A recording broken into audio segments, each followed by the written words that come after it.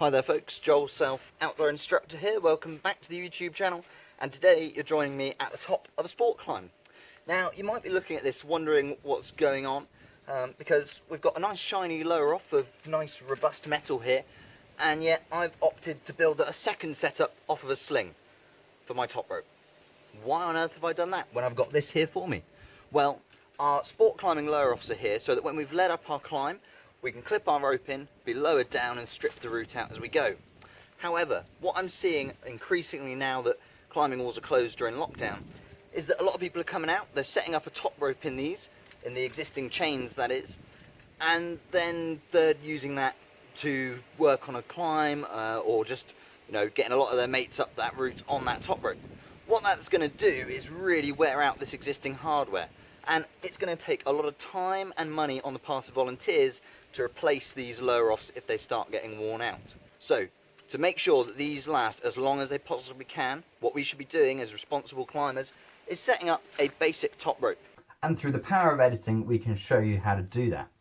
We're going to start off by taking 2 locking carabiners, and we're going to clip one to each of the 2 bolts in the lower off system.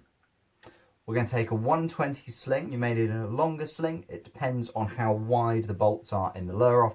120 is a safe bet though.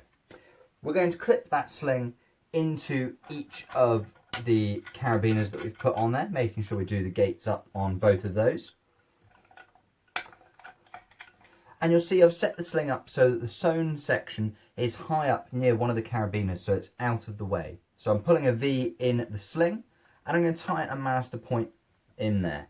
I'm going to opt for a figure of 8. You could use a overhand though if that suits your needs better. If you've got a shorter sling, wider bolts, sometimes an overhand lets you get away with a bit more. But we've got our figure of 8 in there. Make sure it's nice and neat. And then we're going to take a pair of locking carabiners again. In this case I'm using some triple action Boa HMSs. And we're going to clip those into the master point so they are opposing. Meaning the gates are in opposite directions, so if they're rubbing against a rock, it's unlikely for both of them to become undone at the same time.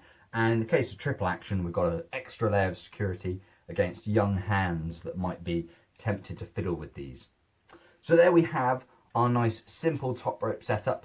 Thank you for watching today's video. I've been Joel Self, Outdoor Instructor. Climb safe out there. Bye-bye.